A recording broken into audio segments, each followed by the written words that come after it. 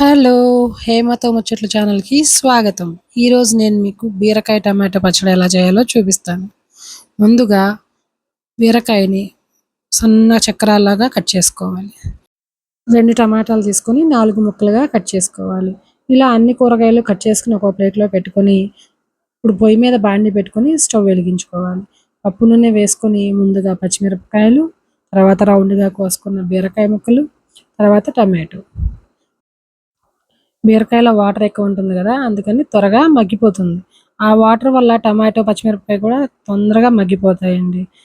ఇవన్నీ వేసుకొని, సాల్ట్ ఏసుకొని, 4 మామిడికాయ ముక్కలండి. ఇది సమ్మర్ కదా! మామిడికాయ ఏసుకున్నాం. మామిడికాయ లేకపోతే మీరు చింతపండు ఏసుకోవచ్చు దాని ప్లేస్‌లో. నేను మామిడికాయ సీజన్‌లో ఎక్కువ మామిడికాయనే యూజ్ చేస్తానండి. ఒకసారి ముక్కలన్నీ కింద నుంచి పైకి కలిసేలా తిప్పుకొని మూత పెట్టుకోవాలి. ఇలా మూత పెట్టుకోవడం వల్ల బీరకాయలో నుంచి వాటర్ బయటకొచ్చి తొందరగా మగ్గిపోతుందండి. చాలా ఈజీగా మగ్గిపోతుందండి బీరకాయ. కూరైనా సరే చాలా ఫాస్ట్‌గా అయిపోతుంది బీరకాయ.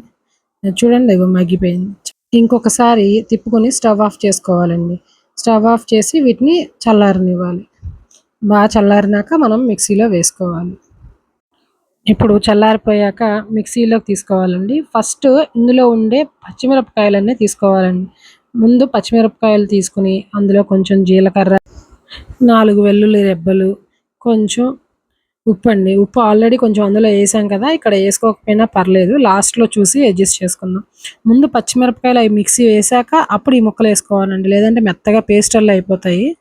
అందుకని. ఇప్పుడు అది కూడా మిక్సీ ఏసి తాలింపు వేసుకోవాలి. తాలింపు వేసుకున్నాక ఈ పచ్చడి ఇందులో వేసి కలుపుకోవాలండి. పచ్చడి కలుపుకున్నాక ఉప్పు ఒకసారి చూసుకొని అడ్జస్ట్ చేసుకోవాలండి. ఆల్మోస్ట్ సరిపోతుంది. చూసి కొంచెం అడ్జస్ట్ చేసుకొని వేసుకుంటే బావుంటుంది. ఇలా కప్పులో తీసుకొని వేడి వేడి అన్నంలో సర్వ్ చేసుకుంటే సరిపోతుంది.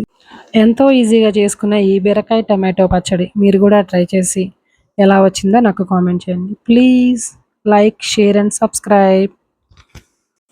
Thank you for watching.